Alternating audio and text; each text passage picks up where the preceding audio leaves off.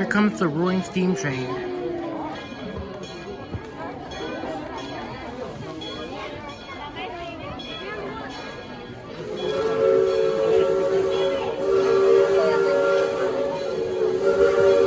There it is.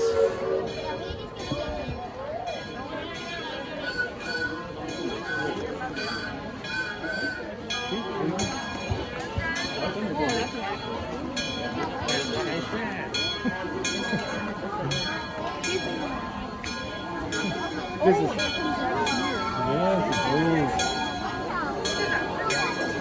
wow.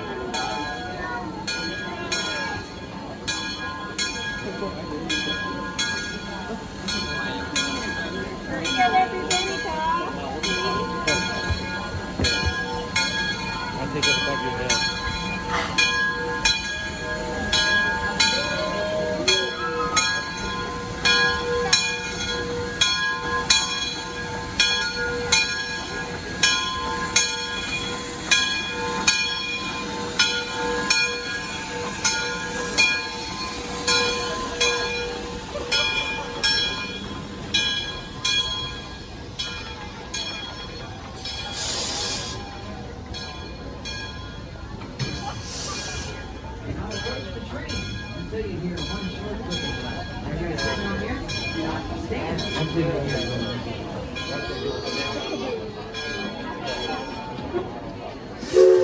There's that whistle.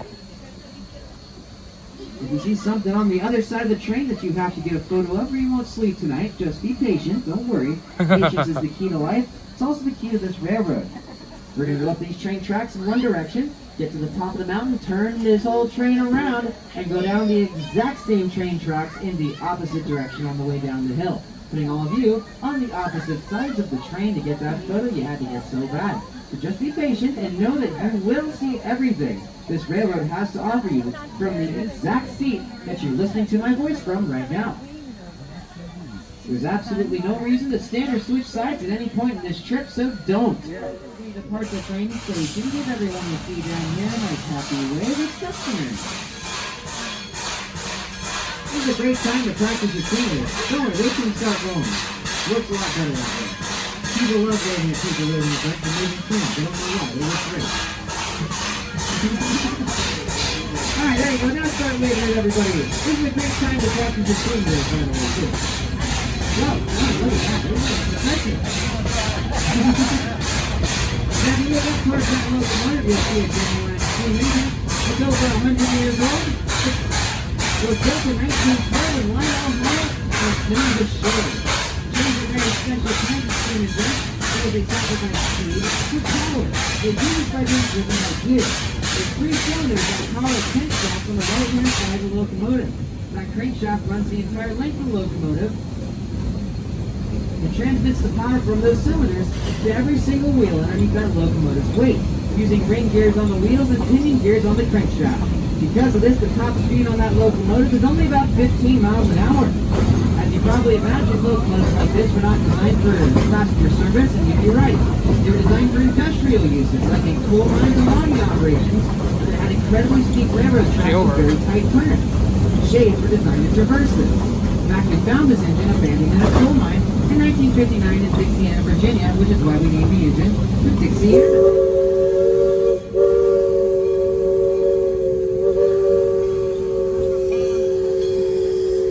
Now, did you hear that whistle just now?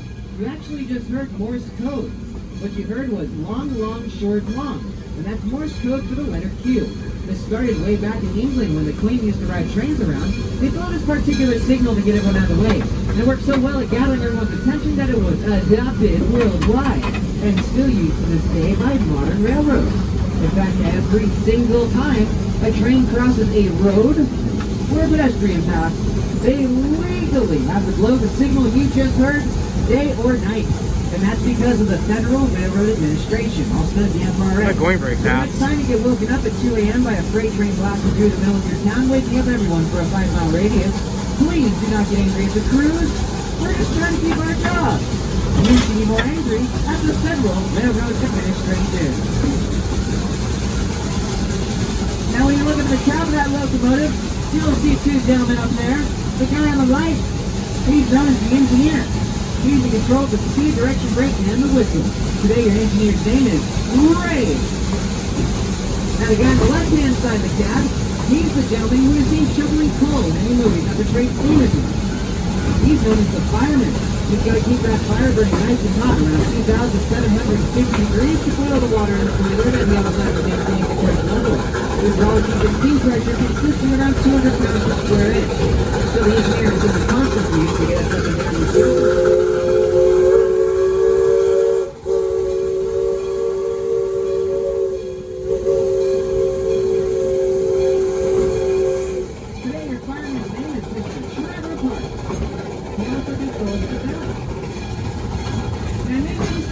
Coming out of those steam engine is nearly translucent.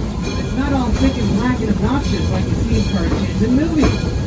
Well, that's because we're not burning wood or coal here to fuel the fire in that locomotive like we do on the East Coast. But if we did, all of you in the first 5 cars would be covered in burning hot cinders and possibly be on fire, which is no fun.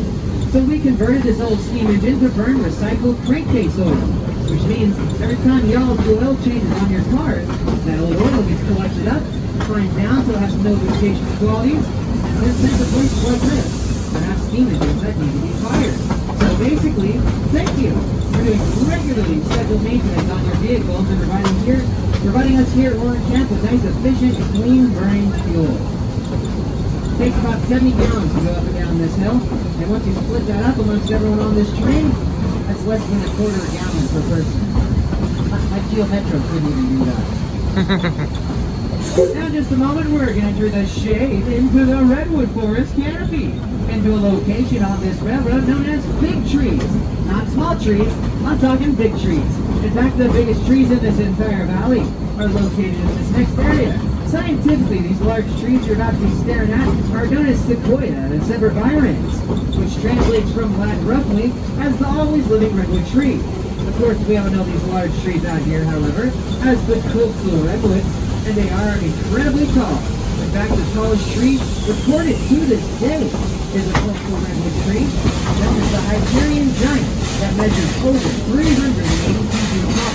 That's taller than the Statue of Liberty and the Statue of Standing.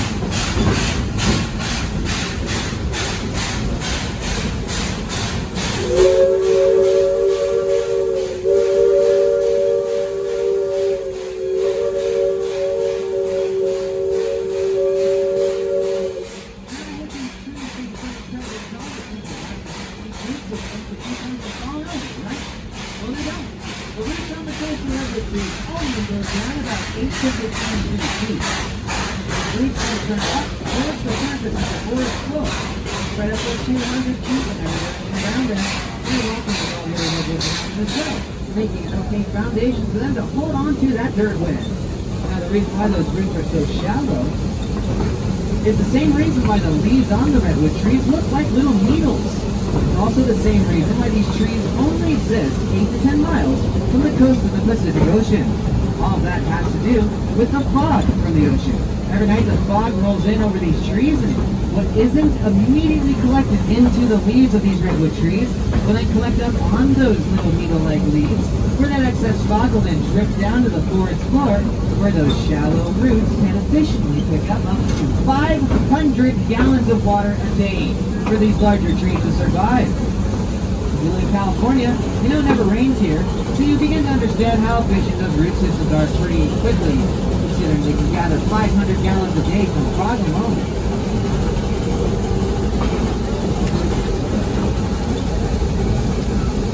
Now if you're sitting on the left-hand side of this train, you're going to want to have those video cameras out and ready, because we're quickly approaching Indian Creek Trestle. And this will be your opportunity on the left-hand side of this train to get a video of our train crossing the sharp and curving passenger-carrying trestle in all of North America. Oh, wow. Now, if you're on the right-hand side of this train, don't worry. We're going to have your opportunity, too, when we come down the mountain and we're facing the opposite direction.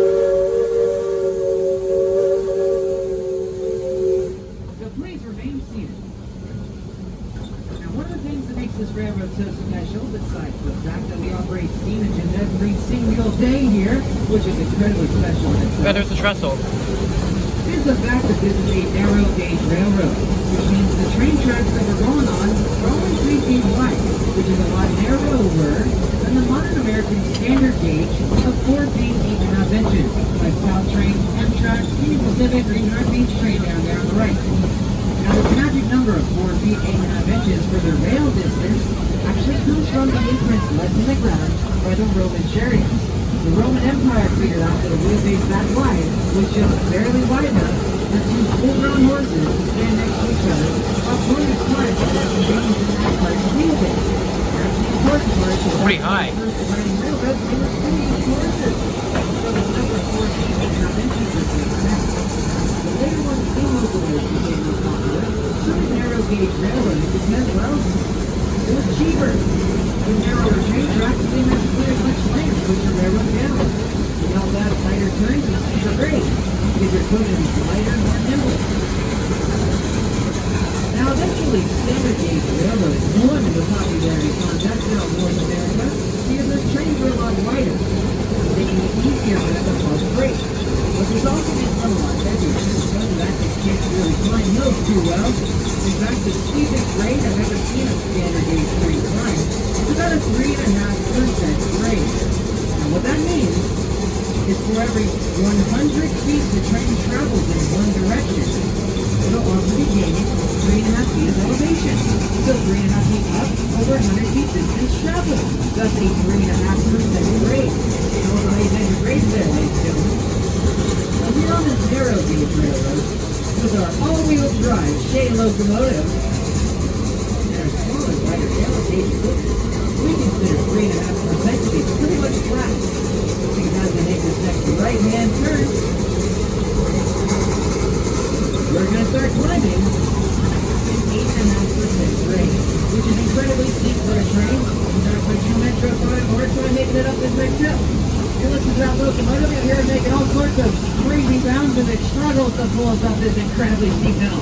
But if you listen really carefully, you may just barely hear that locomotive chanting, I think I can, I think I can, I think I can, right up this hill. On the way down, it'll be saying, I told you so.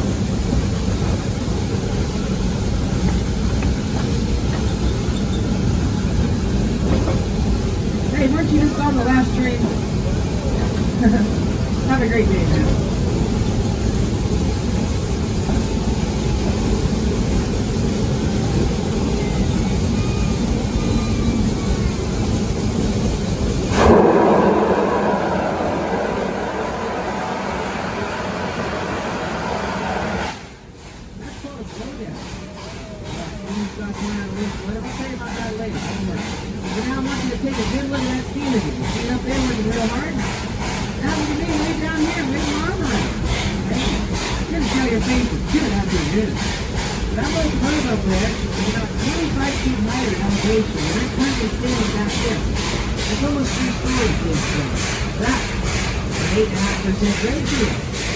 Considering that you have these Redwood Steam on, you can trust it to your rail car.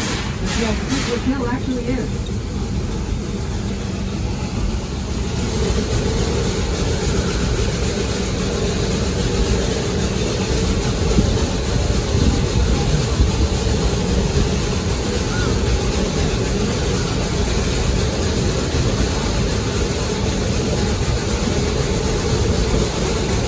Still going up the hill.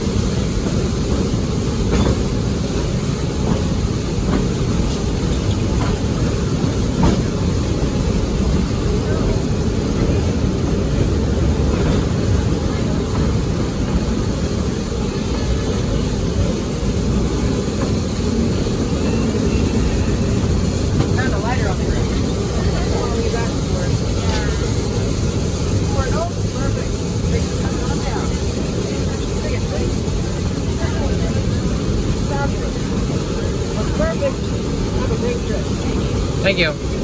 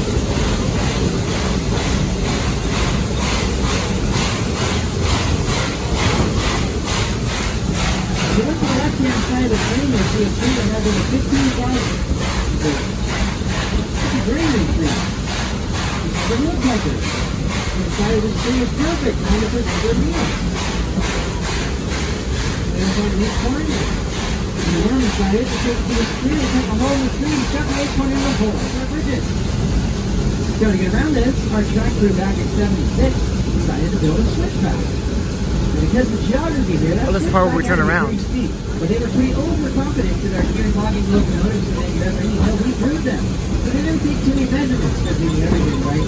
Well, after 6 months of construction, they found out that they had accidentally built the steepest pair of narrow gauge tracks in this entire continent. And we're about to go up those tracks backwards, fully loaded, making North out the most backwards railroad you'll ever ride. So please remain seated because it's about to get really bumpy. To watch that old steam engine, you'll hear it be the hardest working steam locomotive in this entire country. And when you're working a locomotive as hard as we're about to, you gotta crank your fire up a little hotter than usual to keep your steam pressure consistent. What's an old bridge? As we work up this hill backwards, the fire up in that locomotive is going to be raging at about 3,200 degrees. Keep in mind, Trevor and Ray, your engineered firemen, they're sitting about 4 feet on that fire. And even on a nice cool afternoon like we're experiencing here today, the ambient temperature inside the cab of that locomotive can vary from a nice comfortable 170 degrees all the way up to 260. So keep that in mind as we work up this hill that your firemen and engineers, they're literally baking for your entertainment right now. But don't worry, we wouldn't be here. We didn't want to be here.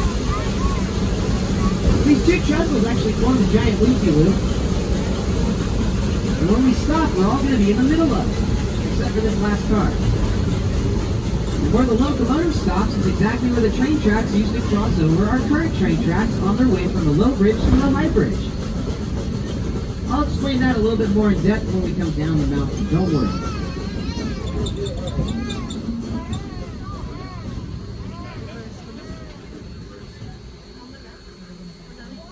I think we're going backwards. Yeah, I'm gonna record this.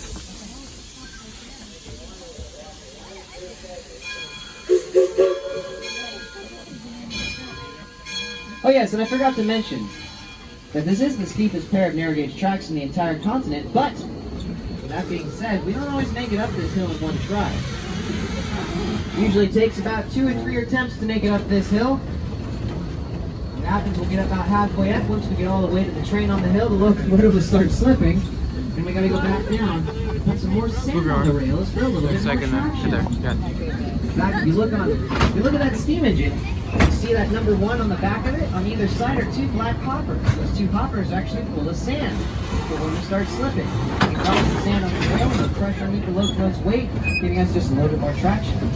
One of those domes behind the smokestack on the front of the steam engine is also full of sand for when we're going forward. Cross your fingers, ladies and gentlemen, because this train is pretty packed down. Don't know if we're going to make it in one try. We seldom ever do.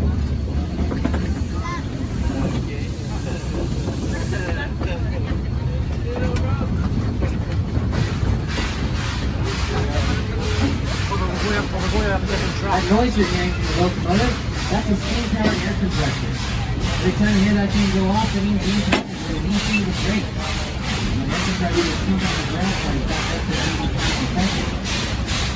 Once you pump 90 pounds of air into the rail tires, it takes a week. To get the brakes to apply, you take air out of the system. You take the air pressure down to 85 to 875 etc. But now you should be looking out for banana slugs, anywhere you see green moss and little crevices. Those banana slugs like to burrow when it gets a little drier out like it is today. So looking on those little crevices, you might see a banana slug burrow. That's taking a nap right hand side. Once again, if you're on the left, you should be checking out the switchback and burn down Trestles.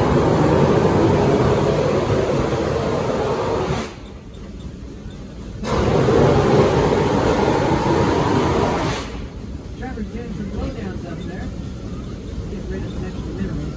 Save up that there. And that's your redwood trees for a change. You already know about the shallow roots of these redwood trees and how efficient they are to respond to them.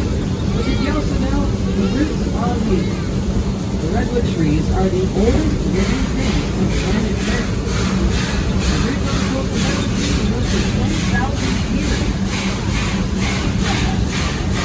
Now the tree top, when it's part of the tree, when the trees sticking out of the dirt, that pine lives for 2,200 years. Here's a guy left. So once that tree top gets that mature age of 2,200, or it's in the action of the chocolate, that tree's going to fall over and die. And there's another stuff. It's a root with a vine. They pick up a tree and stop the circle around there, and stop with what we call the small structure of redwood trees. Known as that this tree will grow. After another 2,200 years, this first small circle of redwood trees will fall over and die just like that first tree did. And once again, those roots will send up another circle of sprouts on the outside of that first small cathedral grove, making it slightly larger cathedral grove.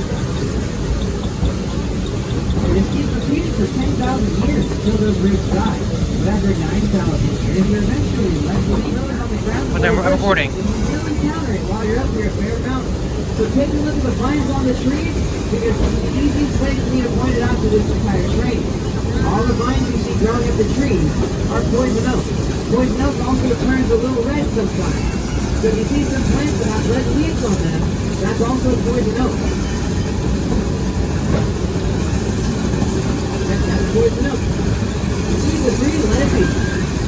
But it's got little thorns that look like little hairs on the vine and the other side of the leaves. That's blackberry. To simplify it, leave the tree, let it be. There's a cherry, it's a berry. There you go. The trees you see those vines growing up around here are fir trees. Fir trees do not have plant acid, so they're not rot resistant, which is why you see the vines and moss growing on these fir trees. And when we start slowing out this way, we're going to be going right next to that 9,000-year-old cathedral grove on the left.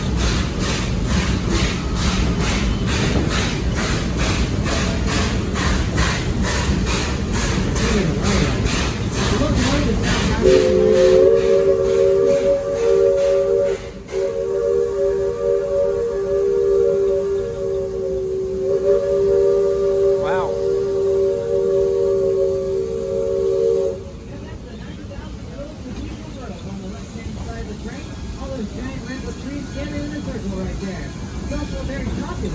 destination. So this is that cathedral grove. All you gotta do is walk down the train tracks we just came up, along this lovely little wooden fence here on the left-hand side. Once the fence ends, turn to the right, and if you miss the cathedral grove, you might need some glasses. There's a restroom located. We're stopping at Bear Mountain now. We're gonna get off. If that hill looks a little too steep for you, we built a little switchback trail here on the right behind that wheelchair sign. And please wait for one whistle blast to stand. That one whistle blast is the engineer telling us that the brakes are fully locked up. So do not stand until you hear that whistle blast. And one last thing, look at me right over here. I'm over here on the right hand side of the train. Hey, you see that big long dead log over there in the shade? Do not approach it. There's a horn.